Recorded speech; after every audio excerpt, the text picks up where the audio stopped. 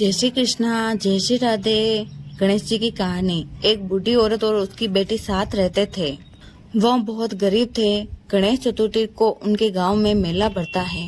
उसकी बेटी उनकी सखियों के साथ जाने की जिद करती है, परंतु उस बूढ़ी औरत के पास कुछ देने को नहीं था। उसने 2 लड्डू बनाए और बेटी से कहा, एक तू खा जाना और एक गणेश जी को खिला देना। वह लड़की गणेश जी के मंदिर में जाती है और गणेश जी से कहती है कि गणेशा लड्डू खा।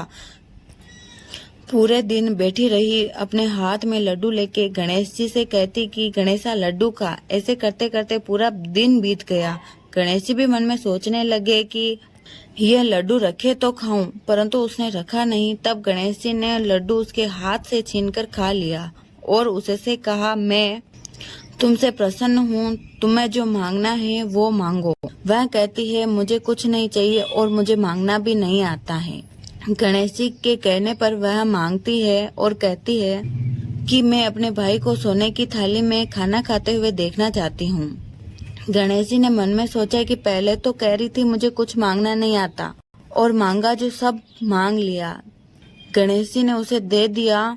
वह घर जाती है तो माँ उससे कहती है कि ये सब कहाँ से लाई है, कहीं चोरी की है क्या?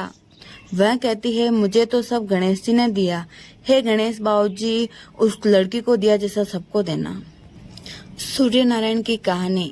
एक ब्राह्मण पुत्र था जो रोज सुबह उठते ही नहा धोकर रोटी मांगता था। एक दिन उसकी माँ ने कहा, बेटा तुम कोई न कोई नियम रखो। लोग तो सुबह सुबह उठकर नहा धोकर मंदिर जाते हैं और पूजा करते हैं, इसके बाद रोटी खाते हैं। तुम कम से कम सूर्य भगवान के दर्शन करके फिर खाना खाया करो। वह लड़का वह नियम रखता है।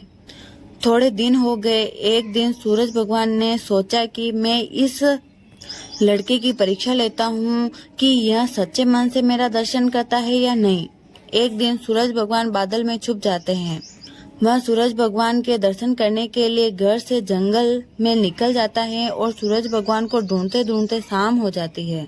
उधर शाम के टाइम 4 चोर चोरी करके जंगल में अपना धन बांटने के लिए रुके हुए हैं। सूरज भगवान को देखते ही ब्राह्मण यह कहता है, दिख गया दिख गया। तो चोरों को लगा कि इसने हमें धन बांटते हुए देख लिया। तो वह उस ब्राह्मण को बुलाते हैं और कहते हैं कि तुम किसी से शिकायत मत करना, हम तुम्हें आधा धन देंगे। वह धन लेकर घर जाता है। माँ से कहता है, माँ दरवाजा खोलो। माँ दरवाजा खोलती है और इतना सारा धन देखकर कहती है, क्या तुमने चोरी की है? वह कहता है, नहीं, ये सब तो मुझे सूरज भगवान ने दिया है। सूरज भगवान उसको दिया धन जैसा सबको ही देना। सूरज नारायण भगवान की जय। विश्रामा बाबूजी की कहानी। 4 देवरानी जेठानी थी। वह हिलमिल कर सारा काम करती थी। उसकी छोटी बहू के पिताजी बीमार। आखिर समय में उनकी सांसें नहीं छूट रही थी। तब लोगों ने बोला कि इनके एक बेटी है, उसको बुलाओ, क्या पता उसमें जीव होगा। तो आखिरी घड़ी आई, उसे बुलाया, बेटी को समाचार किया। बेटी आई। बेटी बोली, दादा सा, ओ दादा सा, आपको जीव किसमें नहीं राखनो, आपनो जीव को होक मोक कर दो। तब उसके पिता कहते हैं, बेटा मेरे तो विश्रामा बाबूजी का नियम है, ये नियम कोई लेवे तो मेरा जीवन होक मोक होवे।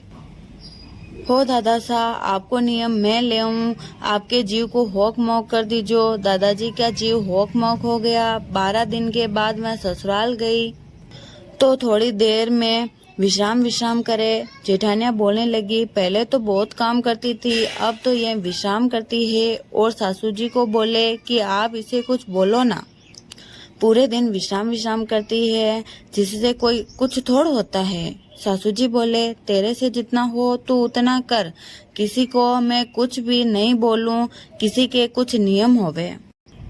देवरानी जेठानी बोली कि हम तो पीली लेने चलते हैं और हम तो एक दूसरे को उचा के आ जाएंगे, ये तो विश्राम करेगी तो इसे वहीं छोड़ देंगे। देवरानी जेठानी ने तो एक दूसरे को उचा कर घर आ गई। वो तो अकेली ऊंचा ही नहीं पाई। तब विश्रामा बाबूजी एक बूढ़े आदमी का वेश करके आए। ए भाई, यहाँ क्या कर रही है? वो कहती है, मेरी देवरानी जेठानी मुझे छोड़कर चली गई, मुझे उचाने वाला कोई नहीं है। इतनी देर में विश्रामा बाबूजी ने एक विनाकड़ा उसकी पीली के साथ रख दिया और कहा कि पीली को चौक में डाल देना और विनाकड़ा को लेकर अपने साथ सो जाना। देवरानी जेठानी बोलने लगी कि सासू जी पीली लेने तो हम भी गए, हम तो काम कर रहे हैं, आपकी छोटी बहू सो गई। तब सासू जी ने कहा, बेटा उठ रोटी खा। तब कंवर तो रोने लगा और पीली तो सोने के ढेर में परिवर्तित हो गई। सासू जी बोलिया, कहाँ से चोरी की है? उसने कहा, मैंने कहीं से चोरी नहीं की, मुझे तो सब विश्रामा बाबूजी ने दिया।